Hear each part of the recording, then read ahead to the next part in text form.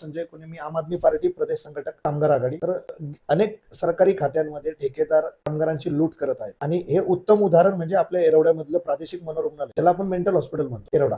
तर इथं प्रथाच जणू काय पडलेली. ठेकेदार येतो, कामगार तीच बिचारी असतात, ठेकेदार त्यांना कमी पगारात काम करून घेतात, डबल ड्युटा करून घेतात, बोनस देत नाही, लिव्ह पेमेंट देत नाही, पगार महिने थांबवलेला असतो आणि ह्या सगळ्या गोष्टी बघता कोर्टामध्ये केस टाकावं लागतं, एक वर्ष वाट बघावं लागतं. परंतु ही प्रथाच जणू काय पडली. ह्याच्या अगोदर एक ठेकेदार होता, 2017 नंतर लोकराज्य स्वयंरोजगार सेवा संस्था ही हा ठेकेदार होता आणि कित्येक वर्ष हेच करायचं का. परंतु आमचा एकच निकष आहे, आरोग्य विभागाने अशा संबंधित ठेकेदारांना तात्काळ ब्लॅकलिस्टेड करावं.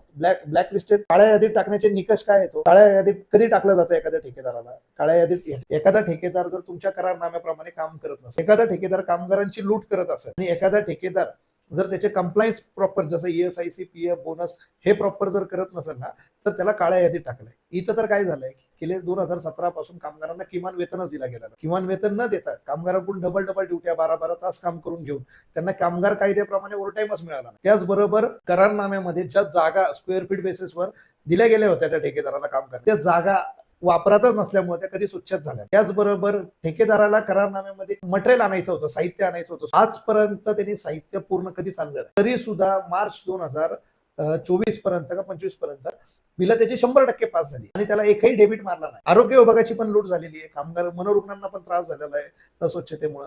त्याचबरोबर कामगारांची सुद्धा लूट झालेली आहे. कामगार कायद्यांना त्यांनी सरळ फाट्यावर मारलेला आहे आणि एवढं सगळं करून सुद्धा आज तो ब्लॅकलिस्टेड का नाही? आणि हा प्रश्न माझा प्रकाश आंबेडकर, आरोग्यमंत्री सध्याचे, यांना आहे. कारण की काय होतंय, आजपर्यंत अधिकारी टक्केवारी खाऊन मोकळं होतं आणि एवढं सगळं 2017 पासून चालत असताना त्या ठेकेदाराला याच्यावर आशीर्वाद कोणाचा आहे? त्याचबरोबर 2025 ला मार्च महिन्यामध्ये चौकशी समिती नेमली होती आरोग्य विभागाने आणि त्या आरोग्य विभागाच्या चौकशी समितीमध्ये ह्याचे निकष आणि त्याची जे काही कागदपत्र पडताळणी झाली त्याच्यामध्ये सुद्धा या ठेकेदारांनी सर्व गोष्टी मेन्शन केलेल्या आहेत की ESIC भरला नाही, PF भरला नाही, कामगारांना किमान वेतन दिलं नाही, त्याचा फरक दिला गेलेला नाही. त्याचबरोबर उपसंचालक त्यावेळेसचे पवार साहेब, तर यांनी सुद्धा मानसिक आरोग्य संचालक यांना पत्र लिहिलं होतं. परंतु आज आम्हाला कळतंय काही गोष्टी की त्या मानसिक आरोग्य फक्त त्याला आरोग्य विभागामध्ये काम भेटू नये असं आमच्यासारखे सामाजिक कार्यकर्ते सगळं व्यवस्थित चाललंय म्हणून दूर हटलं जातंय आणि परत त्या ठेकेदाराला कुठेतरी महाराष्ट्राच्या कानाकोपऱ्यामध्ये आरोग्य विभागामध्ये काम दिलं जातं आणि तिथून पुढे परत त्यावर लुटायचा प्रवास चालू होतो. ह्याला वचक कधी बसणार? याच्यासाठी आमचं म्हणणं एकच आहे की संबंधित ठेकेदाराला काळ्या यादीत कधी टाकणार आणि आतापर्यंत का नाही टाकलं, त्याचा मागं कोणत्या मोठ्या अधिकाऱ्याचा हात आहे, कोणत्या मोठ्या मंत्र्याचा आशीर्वाद आहे किंवा आमदार खासदारांचा हात आहे, हे तुम्ही स्पष्ट करावे.